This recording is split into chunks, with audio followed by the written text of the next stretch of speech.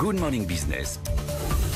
Toujours en direct, Good Morning Business sur BFM Business jusqu'à 10h ce matin. Je vous le disais, c'est un grand témoin, un grand acteur de l'immobilier qui est avec nous ce matin. Alain Taravella, le président fondateur et gérant commandité d'Altarea. Bonjour Alain Taravella, merci beaucoup d'être avec nous ce matin sur BFM Business. On est très heureux de vous avoir avec nous quelques minutes pour parler de l'évolution de vos métiers. Vous êtes présent, on le rappelle, aussi bien dans les centres commerciaux que dans le logement individuel, logement pour particuliers, dans les bureaux.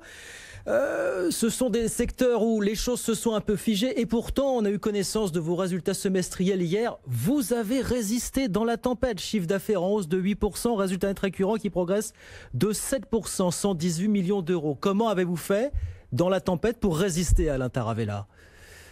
Nous avons fait notre travail. Vous savez, nous sommes pas simplement une foncière ou un promoteur, nous sommes une entreprise avec une équipe de 2000 personnes expérimentées et dès le début du confinement, on s'est mis en mode crise pour faire face à tous les problèmes qui se présentaient. Les problèmes étaient nombreux. Nous avons des centres commerciaux, comme vous l'avez dit, des centres commerciaux ont fermé, les logements, il était beaucoup plus difficile de les vendre, les chantiers se sont arrêtés, donc on s'est mis en mode développement pour réussir à passer cette crise. C'est grâce à une mobilisation des équipes que nous avons réussi à avoir des résultats qui ne sont pas mauvais compte tenu des circonstances. Est-ce que les choses repartent métier par métier aujourd'hui à l'Interavella très concrètement? Est-ce que ça repart? Si on regarde objectivement les choses, le commerce a repris puisque les centres commerciaux, les commerces sont rouverts. Alors il y a des secteurs qui marchent mieux.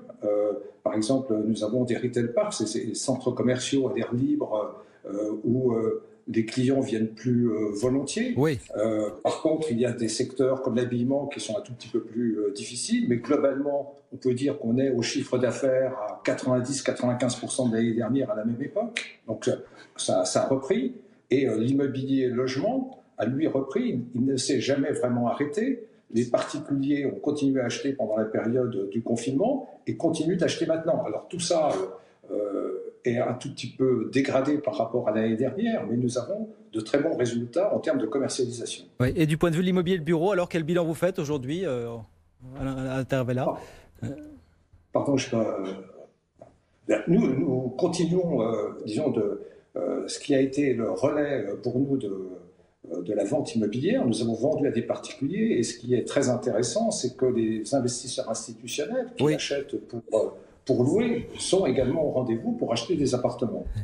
Vous dites qu'il est encore trop tôt pour évaluer les conséquences de cette crise sur les résultats. Est-ce que ça veut dire que vous aussi, vous êtes inquiet d'une éventuelle résurgence de l'épidémie? À quelle échéance vous dites que vous y verrez plus clair finalement sur cette année 2020 à la Taravella? Nous avons eu un bon premier semestre. Oui. Nous sommes équipés pour faire face au deuxième semestre. Nous sentons que les clients ont envie de consommer, ont envie d'acheter des appartements. Après, on a une conjoncture, un environnement macroéconomique, social, peut-être sanitaire, qui va rendre peut-être les choses difficiles. Donc nous, moi je suis un pessimiste actif, c'est-à-dire que je prévois que ça va mal se passer, et comme on prévoit que ça va mal se passer, on fait tout pour que ça se passe bien. Bon, écoutez, on souhaite en tout cas que tout ça se passe le mieux. Je voudrais parler un petit peu de l'avenir quand même, parce que vous avez dit, je vous ai lu, vous dites qu'il serait impardonnable de ne pas se préparer à la crise climatique qui s'annonce, ce qui veut dire que à la fois la conception de logements, de bureaux, de commerce, tout ça doit être adapté en conséquence. On a quelques minutes, mais j'aimerais que vous nous expliquiez métier par métier comment tout ça doit évoluer, comment tout ça va évoluer finalement à la Taravella.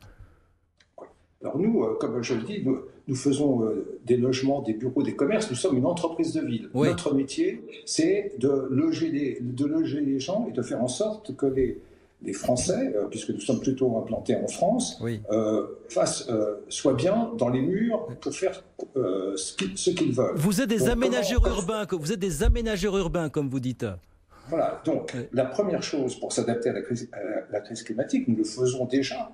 Notre métier, c'est la restructuration urbaine, c'est de travailler sur les friches. Nous, on n'aime pas trop aller dans la pampa, sur les sols agricoles. Oui. Nous, notre métier, c'est principalement de refaire des immeubles. En ce moment, par exemple, je prends l'exemple, on fait un grand quartier à Issy-les-Moulineaux, où il y avait des locaux d'activité qu'on a démolis. On va faire des logements, des bureaux, des commerces, une forêt urbaine.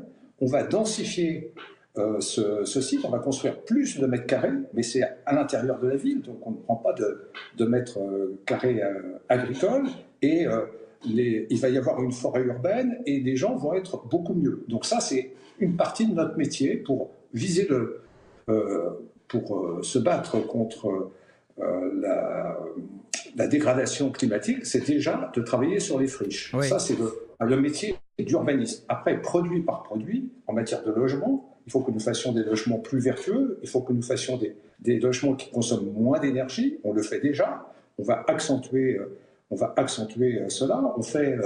On a pris une participation dans une société qui s'appelle Woodéum, qui fait des logements en bois. Donc ça, on va le développer. Donc ça, c'est quelque chose qui va également nous permettre de nous battre contre la dégradation climatique. Et puis, de façon générale, toutes nos constructions doivent respecter un certain nombre de normes qui vont s'amplifier, et nous poussons à ce qu'elles s'amplifient de façon à ce que nos constructions consomment moins d'énergie. Est-ce que vous attendez plus d'efforts de la part du gouvernement par rapport à ce qui était annoncé justement? On parle de rénovation énergétique du bâtiment. Est-ce que vous avez le sentiment que le gouvernement, que les pouvoirs publics se sont suffisamment emparés de ce sujet aujourd'hui en 2020?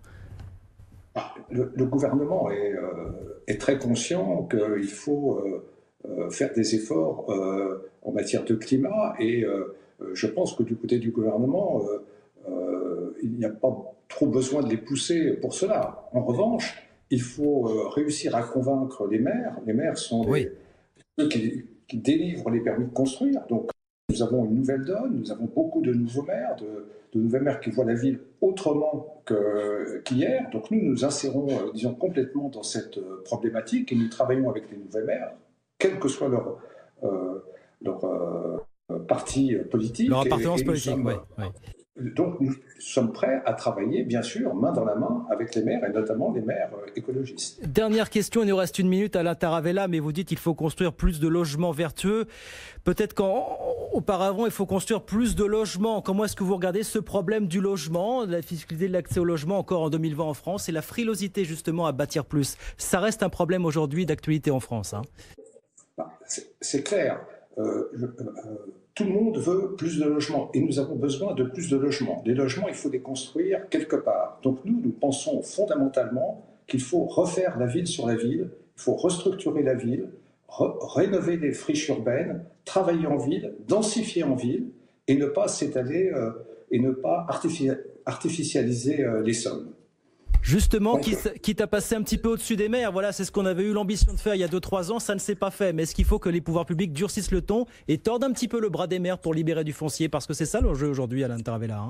Oui, je pense que les maires, c'est à nous de les convaincre que nos projets sont bons, sont vertueux pour eux. Je ne pense pas que ça soit la contrainte qui fasse changer d'avis les maires. Nous pensons, que nous pouvons travailler main dans la main avec les maires de façon à pouvoir construire là où c'est possible. Un gros enjeu, parmi tant d'autres. Merci beaucoup, cette interview est terminée. Merci beaucoup Alain Taravella. Merci infiniment d'avoir été avec nous ce matin sur BFM Business pour parler de vos résultats et puis pour parler de l'avenir de ces secteurs dans lesquels vous évoluez. L'immobilier, effectivement, de bureaux, les logements et puis les centres commerciaux. Merci beaucoup Alain Taravella, président fondateur d'Altarea, avec nous ce matin en direct sur BFM Business.